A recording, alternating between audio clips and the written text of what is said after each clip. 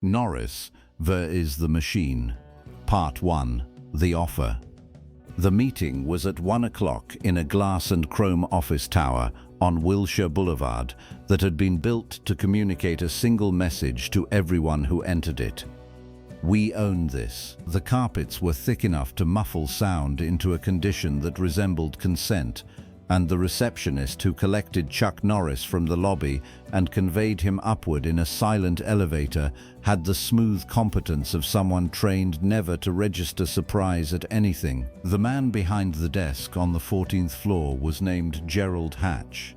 He was 51 years old, and he ran the domestic theatrical division of a studio whose name appeared on a significant percentage of the films currently playing in American cinemas. He was not the most powerful man in Hollywood.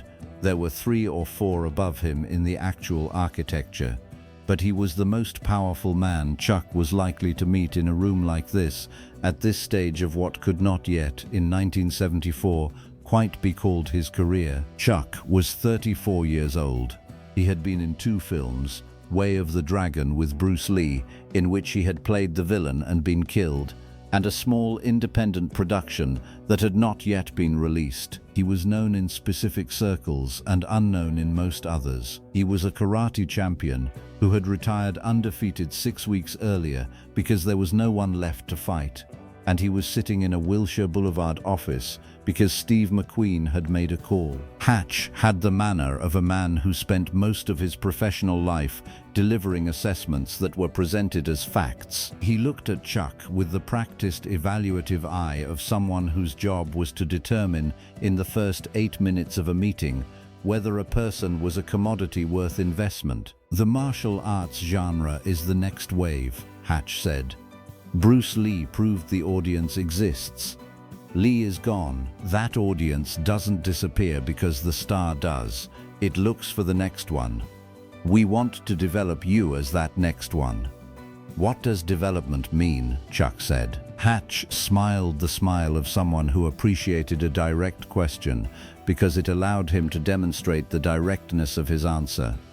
6-picture deal, 2 years. First picture starts production in September. We own the character, the franchise, the image. You deliver the performances. We deliver the distribution. What character? We'll develop it around you. Strong American martial arts. The concept is still in development, but the direction is clear. The audience wants a specific thing, someone who looks like them and fights like no one they've ever seen. That's you. Chuck was quiet for a moment. He looked at the cityscape behind Hatch's left shoulder, Los Angeles spreading out to the horizon in its flat, particular way, the afternoon haze turning everything 3 miles out into a watercolor. He thought about what Steve McQueen had said to him 2 years ago after karate class, on a day when the schools were struggling and the mortgage payments were a calculation he ran in his head every morning. You have a presence. You can project something on screen. What do you own? Chuck said. When you say you own the character and the franchise and the image, what does that mean exactly? Hatch shifted his weight slightly, which was the only external sign that the question had introduced friction. Standard industry contract. The studio owns the intellectual property developed under the deal. That's consistent practice. And if I want to make a film outside the deal, not during the term, standard exclusivity clause, and after the term, at that point you're a free agent. With 6 studio pictures behind you, you'll be in a significantly stronger negotiating position. Chuck nodded slowly. I'd need to have my attorney review the contract. Of course, Hatch smiled again. That's standard practice. Chuck shook the man's hand and went back down in the silent elevator and stood on the Wilshire Boulevard sidewalk in the afternoon sun with the feeling, specific and not entirely comfortable, of someone who has just been shown a door that opens onto a room he wants to be in, but that requires him to leave something important outside in the corridor. He called Steve McQueen from a payphone 2 blocks away. He wants to own everything, Chuck said. McQueen, on the other end, was quiet for a moment. They all want to own everything, he said. The question is what they're paying you for it and whether the price is worth it. I don't know yet, Chuck said. Neither does my attorney. Get a good attorney, McQueen said. I have one, Chuck said. He's the one who will tell me the price. Part 2. The Attorney and the Clause. The attorney's name was Victor Reese, and he had been practicing entertainment law in Los Angeles for 22 years, with the particular combination of thoroughness and cynicism that the industry produced in its practitioners after a sufficient number of encounters with its operating logic. He was in his late 50s, Jewish, short, with the kind of face that had long since stopped performing reactions for the benefit of clients and now simply registered, with the flat precision of an instrument, whatever the situation actually was. He read the contract in 2 days. He called Chuck on the morning of the 3rd. The image clause is the problem, he said, not the exclusivity. Exclusivity is standard and negotiable. The image clause, are you familiar with what an image clause does? Tell me. The studio claims the right to manage, approve, and in certain circumstances, create public representations of you that they believe serve the interests of the franchise. That means they control how you appear in interviews, what you say publicly about the films, potentially what you say publicly about anything that touches on your image as a performer under their banner. He paused. In the specific language of this contract, they can require you to adopt or maintain public positions and demeanors consistent with the character and franchise. They can control what I say. They can contractually bind you to not say things they don't want said, or to say things they do want said. Yes, Chuck was quiet on the line for a moment.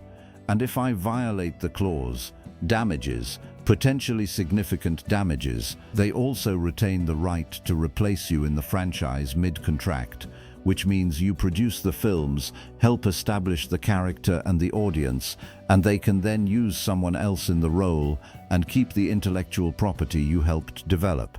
Another silence. Does any of this get negotiated out? Some of it. Hatch will negotiate on the exclusivity window and probably on the character ownership if you push. The image clause. Reese paused. I've never successfully negotiated an image clause out of a major studio deal. The studios consider it non-negotiable because the image is what they're actually selling. You're not the product, Mr. Norris. The idea of you is the product, and they want to own the idea. Chuck drove back from the attorney's office through the afternoon traffic on the 405 and sat in the parking lot of the dojo for 20 minutes before going inside. He was 34 years old. He had 2 sons and a wife and a mortgage on the Torrance house and a dojo operation that was profitable by the margin of what happened when he was present, and less profitable by the margin of what happened when he wasn't. He had been undefeated for 6 years in a sport that no longer had anyone to offer him a meaningful competition. He was standing in a doorway between one version of his life and another, and the doorway was wide enough, but the threshold required something he was not sure he was prepared to give. He went inside and taught the 4 o'clock class. Part 3.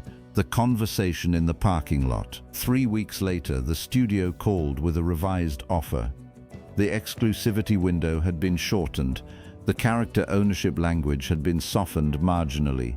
The image clause remained. Reese called Chuck the morning after the revised contract arrived. They moved on the things they were always going to move on, he said. The image clause is unchanged. I know. It's a good deal otherwise. The money is real. The distribution guarantee is real. The 6-picture commitment is real. He paused. I want to be clear that from a financial and career perspective, this is a significant opportunity. I know that too, Chuck said. What do you want to do?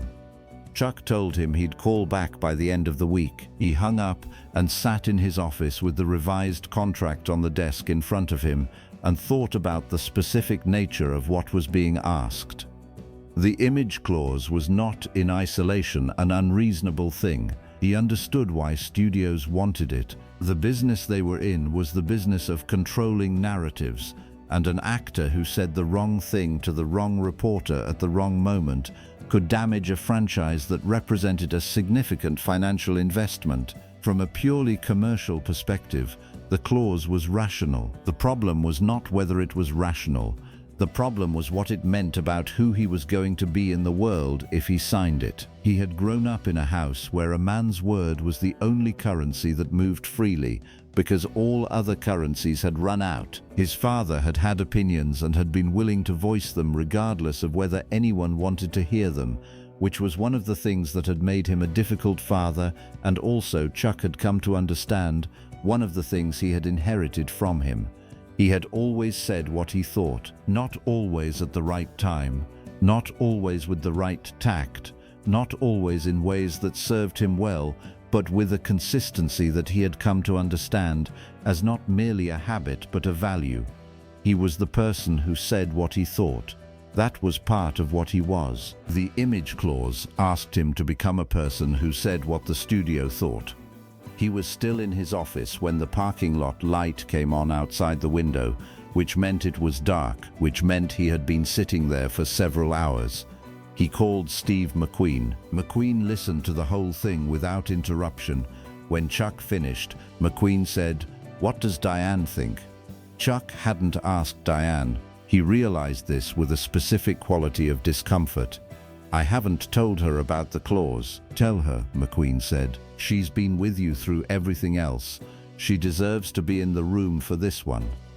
Chuck called Diane that night and told her everything, the original offer and the revised one and the clause and what the clause meant. She listened the way she listened to things that mattered, without interrupting, without shaping her response in advance, with the total attentiveness she had always brought to the things he brought to her. When he finished, she said, "What happens if you turn it down?"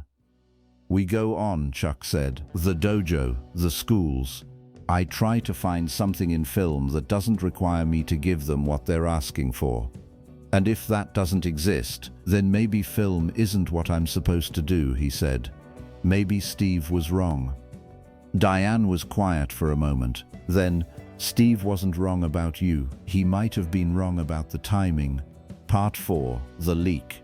He had not yet told the studio his decision when the article appeared. It was in a trade publication, a small piece, 8 paragraphs, buried on page 16, attributed to unnamed industry sources. The substance of the article was that Chuck Norris, the former karate champion who had appeared in the Bruce Lee film, had been offered a significant development deal by a major studio and had balked at standard industry contractual terms, a response that the unnamed sources characterized as evidence of an unrealistic understanding of how the business worked. The article used the word difficult 3 times in 8 paragraphs. Chuck read it at his desk on a Tuesday morning and sat with it for a long time. In the specific vocabulary of Hollywood in 1974, difficult was not a neutral description. It was a marker, a word dropped in the right places to communicate to the people who made hiring decisions that a particular person was to be approached with caution, that their expectations exceeded what the system was prepared to offer, that the friction of dealing with them was not worth the return. Difficult was a small word that operated like a large lock. The source of the leak was not named. It could have been anyone in the chain between Hatch's office and the industry at large. It could have been the studio.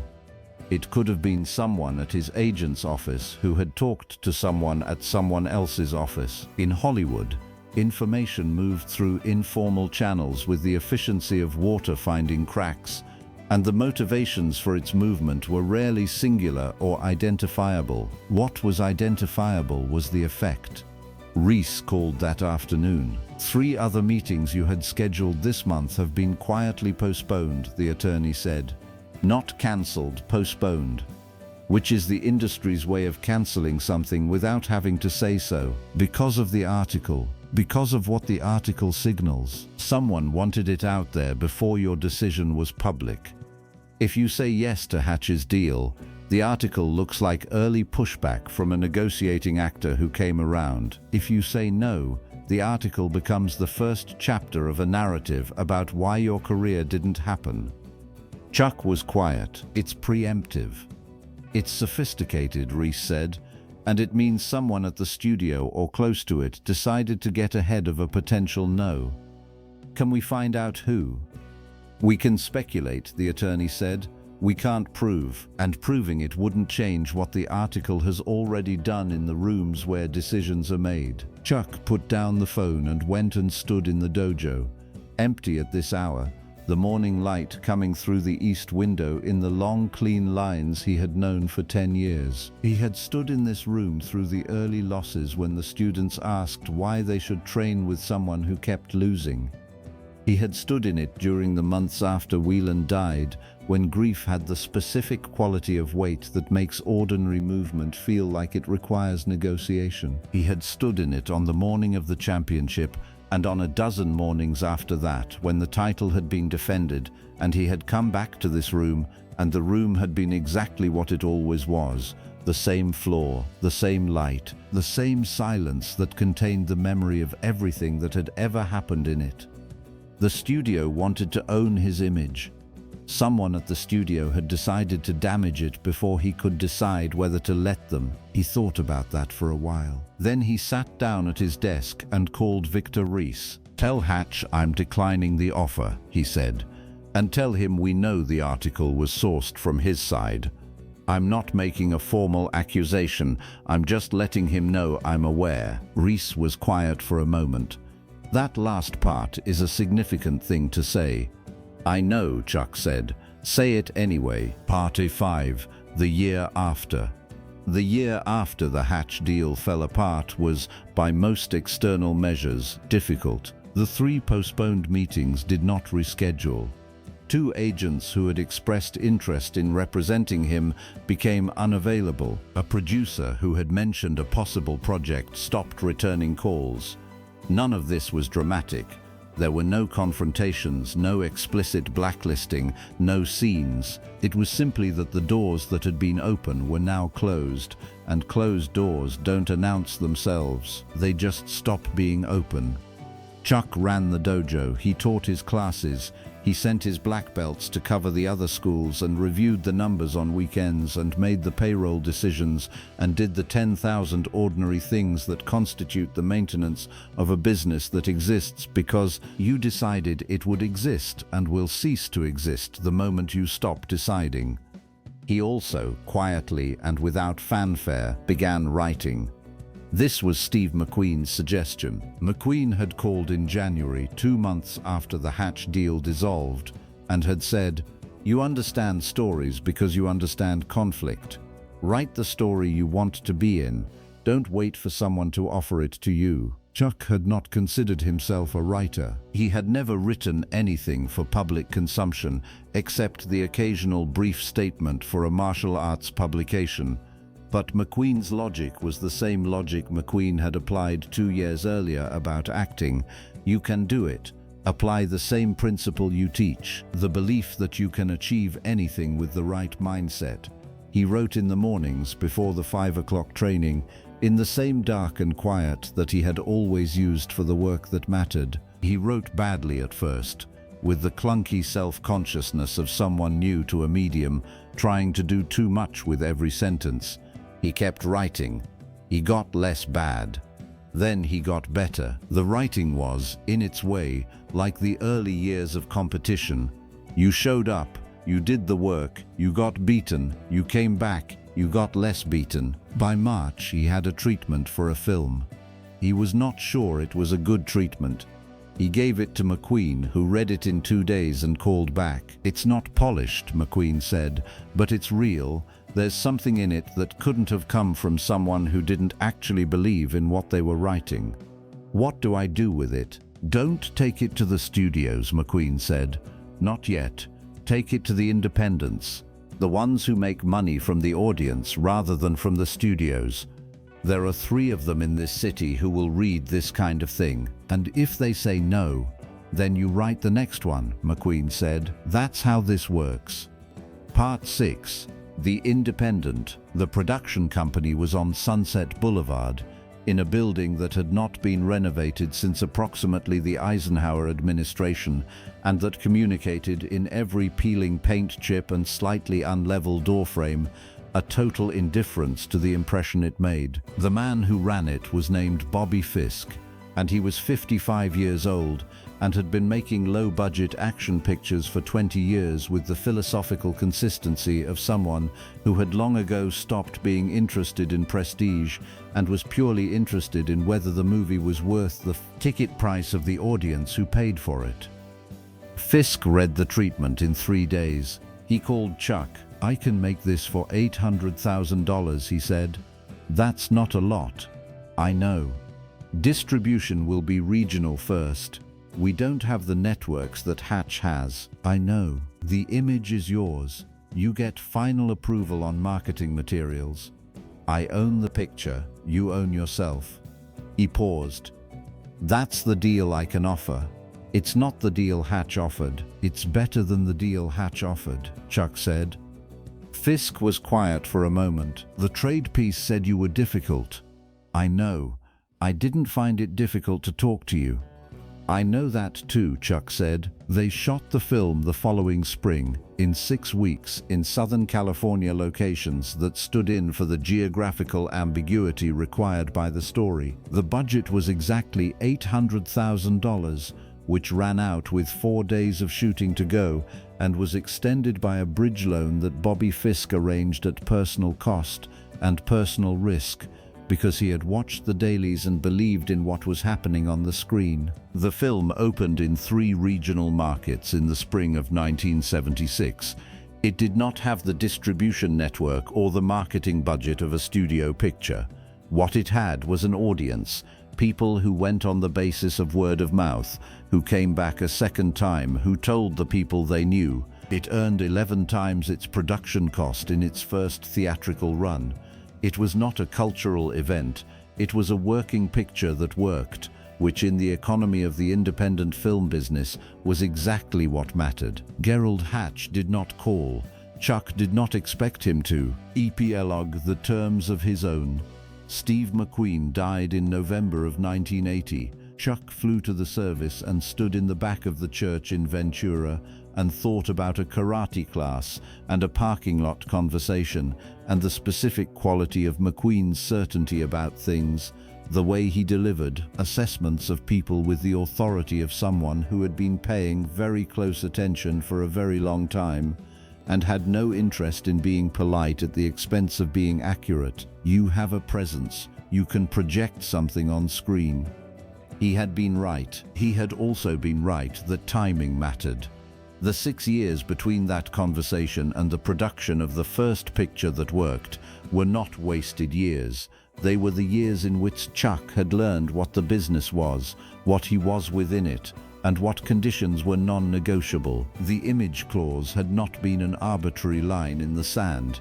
It had been the specific test that the moment required, the question of whether, in the pursuit of a new opportunity, he was willing to become someone who could not speak for himself. He had answered the question. The answer had cost him time and closed doors and a year of running a dojo on the margins of something larger that had briefly been within reach. It had also produced a film that worked and a reputation that, when the larger opportunity arrived, as it did incrementally film by film through the late 1970s, arrived on his own terms. He drove back to Torrance from the memorial service on a clear November evening, the Pacific to his left in the last of the light, the freeway mostly empty. He had a meeting the following morning with a production company about a new picture, and another meeting the following week, and the meeting after that was with a distribution network that had gotten large enough to matter in ways the regional releases hadn't.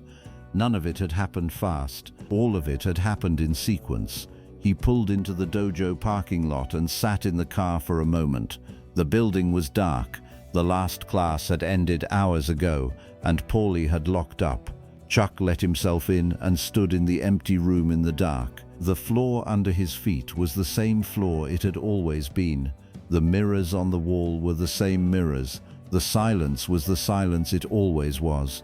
The silence of a space that had been given a purpose and had been taking that purpose seriously for a long time. He was 34 years old in 1974 when a man in a glass and chrome building on Wilshire Boulevard had offered to own his image, He was 40 years old now, and his image was still his.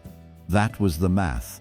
That was what the numbers said when you ran them honestly. He turned off the lights and went home.